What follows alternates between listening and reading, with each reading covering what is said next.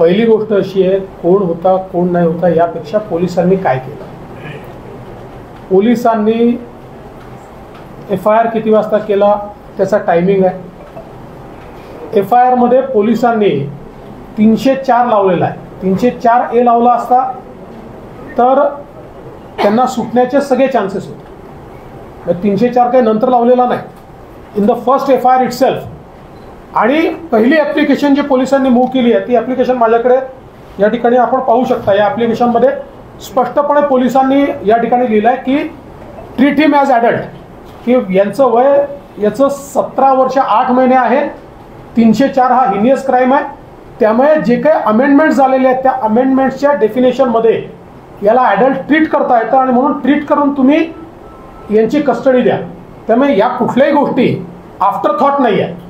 First action पोलिसांनी जी घेतली ती हीच घेतलेली आहे. त्यामुळे मला असं वाटतं की याच्यावर राजकारण करणं किंवा याच्यामध्ये पोलिसांना दोषी धरणं हे चुकीचं आहे. पण मी ऑन रेकॉर्ड म्हणतो की ज्युव्हेनाईल जस्टिस बोर्डचा जो ऑर्डर आहे हा ऑर्डर मात्र आम्हाला धक्कादायक आहे आणि आश्चर्यचकित